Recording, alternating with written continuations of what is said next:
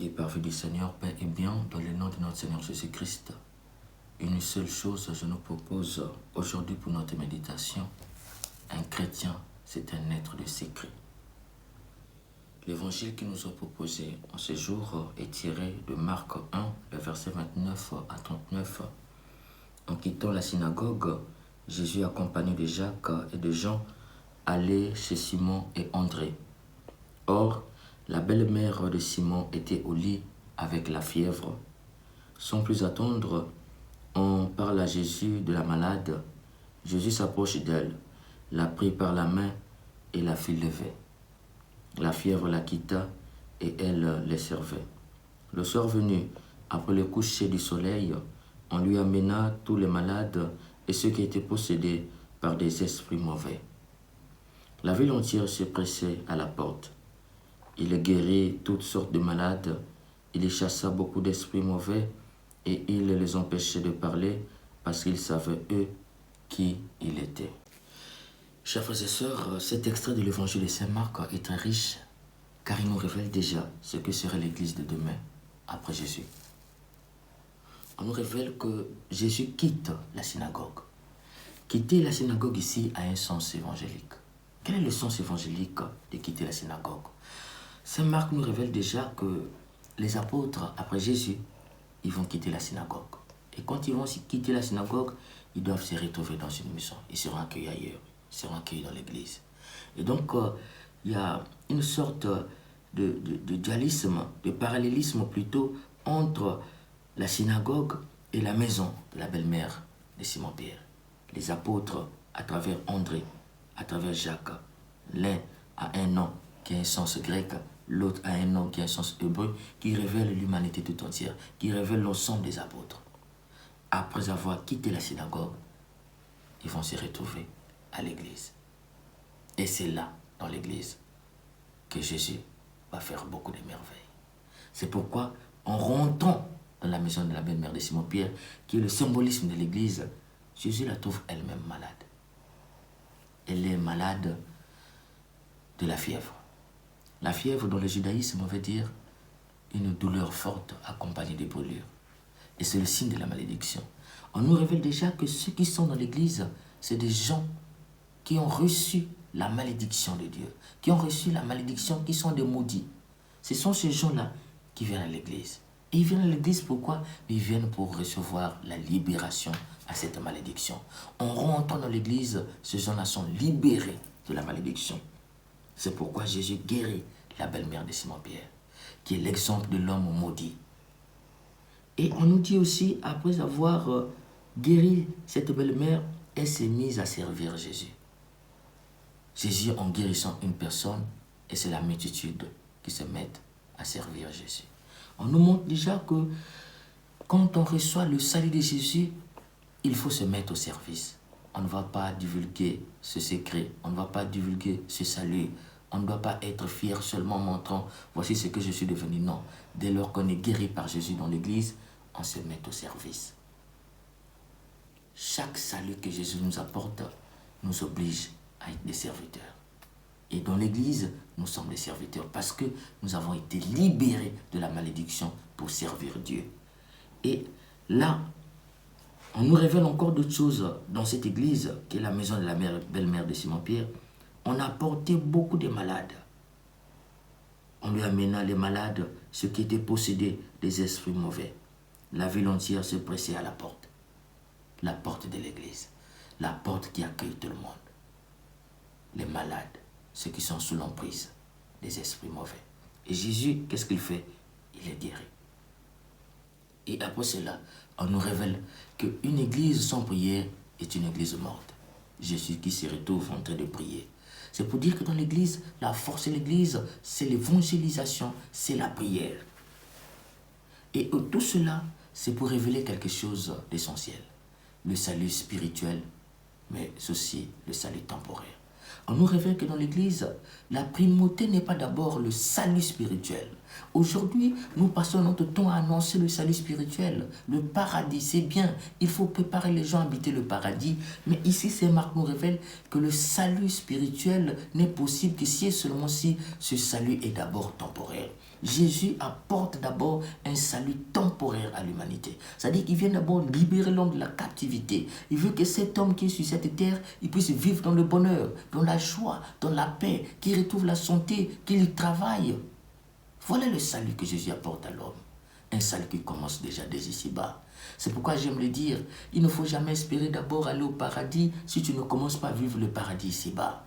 Il faut refuser toutes sortes d'enfers que l'homme t'impose sur cette terre des hommes en espérant aller vivre heureux et mieux au paradis. Commence à aménager chez toi. Commence à désirer ce salut temporaire dans ta vie quotidienne, dans le travail que tu veux faire, dans les projets que tu veux voir réaliser cette année. C'est ça le salut temporaire. Et Jésus est là pour t'aider afin que ce salut temporaire soit effectif dans ta vie. Et donc, chers frères et sœurs, on nous révèle là le salut temporaire. Et ce salut, nous l'aurons grâce à l'évangélisation et grâce à la prière. Mais il y a un petit détail que Jésus nous révèle pour que ce salut soit effectif dans nos vies. On nous dit, il chassait des esprits mauvais et les empêchait de parler parce qu'ils savaient, eux, qui il était. Il y a un problème, chers frères et sœurs. Jésus est le Messie. Il est venu, c'est pour qu'on puisse le reconnaître comme le Messie. Le peuple juif se devait de le reconnaître comme le Messie. Mais là, Saint Marc nous dit, Jésus ne veut pas que les démons puissent parler. Pourquoi? Parce que les démons savaient que lui, Jésus, il était le Messie. Et Jésus ne veut pas que les démons puissent révéler qu'il est le Messie. Pourquoi il ne veut pas que ce secret soit connu? En fait, Saint Marc nous prépare déjà au secret messianique. Tout l'évangile de Saint Marc est couronné du secret messianique. Jésus ne veut pas qu'on puisse les reconnaître. Et chaque fois qu'on les reconnaît comme le Messie, il demande de se taire. Il demande de garder le secret. Il sera reconnu comme Messie que sur la croix et à la résurrection. Cela veut dire quoi? Jésus nous révèle quelque chose d'important pour que le salut temporaire soit effectif dans nos vies. Il nous révèle que le salut temporaire n'est possible dans nos vies que si nous sommes des chrétiens de secret.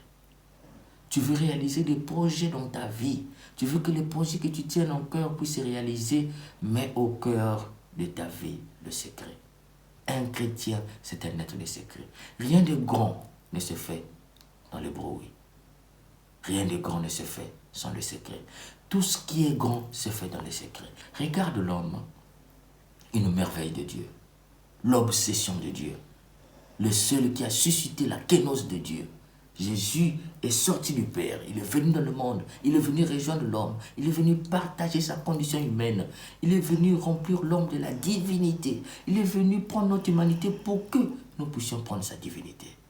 L'homme, merveille de Dieu. Mais regarde cet être qui est une merveille de Dieu, qui est une obsession de Dieu. Il passe 9 mois dans le ventre de sa mère, dans le secret. Lorsqu'il sort du ventre de sa mère, waouh, une merveille. Tout le monde est heureux de recevoir cette merveille de Dieu. C'est pour te dire que tu veux faire des choses, prends l'itinéraire de Dieu, le secret.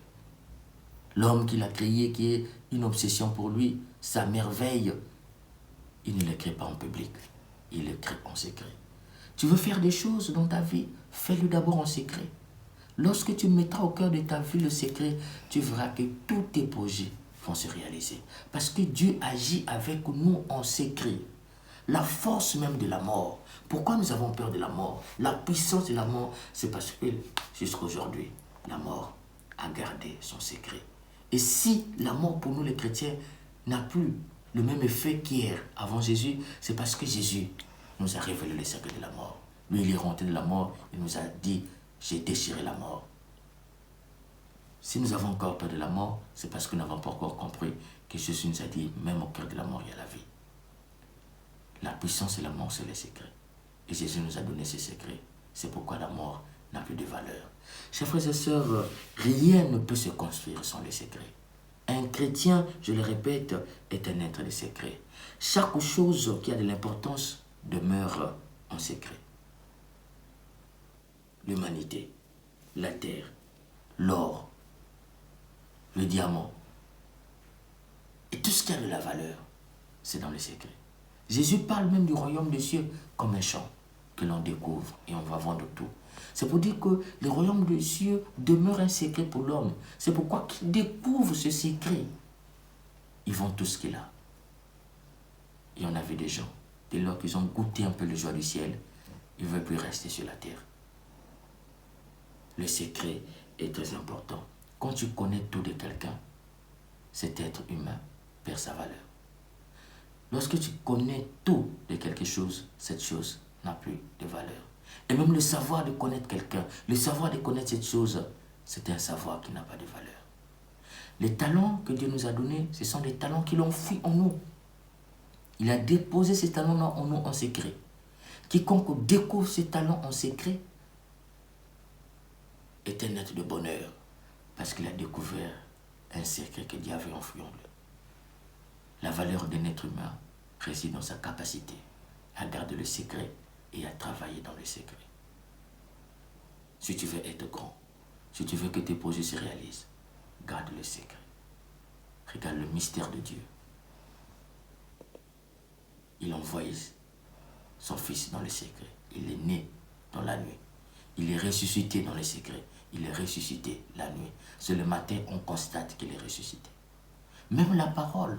Aujourd'hui, nous avons perdu la force de la parole. Notre parole n'est plus efficace. Pourquoi? Mais parce que notre parole ne réside pas dans le secret. Jésus, la parole de Dieu, a demeuré 30 ans dans le secret. Et lorsqu'il a révélé cette parole, elle était efficace. Dès lors que Jésus parlait, les démons tremblaient. C'est pour te dire que même la parole reste efficace que si seulement si elle séjourne longtemps dans le secret. L'homme est composé du secret. L'homme ne peut se réaliser que dans le secret. L'homme ne peut être réellement et pleinement l'homme que si seulement si il mesure l'importance du secret dans sa vie. Demandons à l'Esprit Saint, chers frères et sœurs, qu'il nous apprenne chaque jour à travailler dans le secret. Amen. Si je le vois.